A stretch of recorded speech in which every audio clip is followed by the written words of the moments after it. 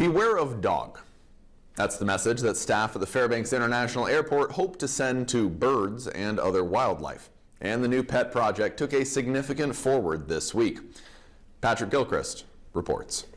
The Fairbanks International Airport welcomed a new four-legged creature to its ranks this week, introducing Aurora, the robotic dog, at a press conference and public Q&A session Thursday morning. Its primary purpose? To instill fear in the airport's avian visitors, ideally avoiding, or at least minimizing, bird and plane collisions through non-lethal methods. It is a serious problem that we want to make sure that we solve.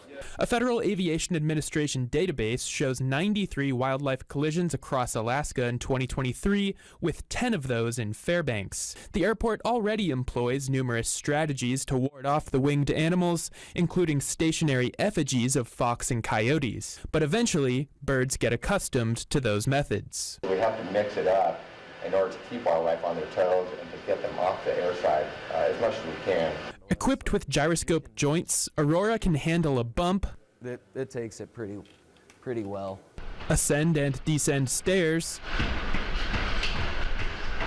and beep loudly, but not bark. The new Wildlife Enforcer reaches its maximum speed at about 3.6 miles per hour, and researchers have tested it in rain, snow, and 30 below. The $70,000, 72-pound canine tech is fresh onto the scene of wildlife mitigation, and funded through a USDA grant and private partnerships, Fairbanks International is the first airport in the nation placing the mechanical quadruped into a real-world setting. It is just a good airport to set there and test it out. You know, there's aircrafts coming in, you know, early in the morning or late at night. But Aurora is just that, a test. It could work great, it could work just okay, or it might not work at all. Equipped with quad-directional cameras, for now, Aurora will be controlled by tablet-wielding handlers.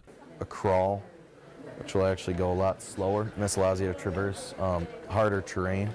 But staff are aiming to set Aurora on an automated patrol and use artificial intelligence to train it to identify wildlife for data collection purposes. I mean, that's where the testing and the experiments are going to really come into play.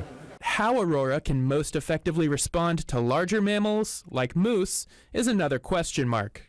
But one thing's for sure. We're not probably going to put it in harm's way, so to speak. We're not going to put it out in front of a moose and see what happens. I'm Patrick Gilchrist, reporting for News Center Fairbanks.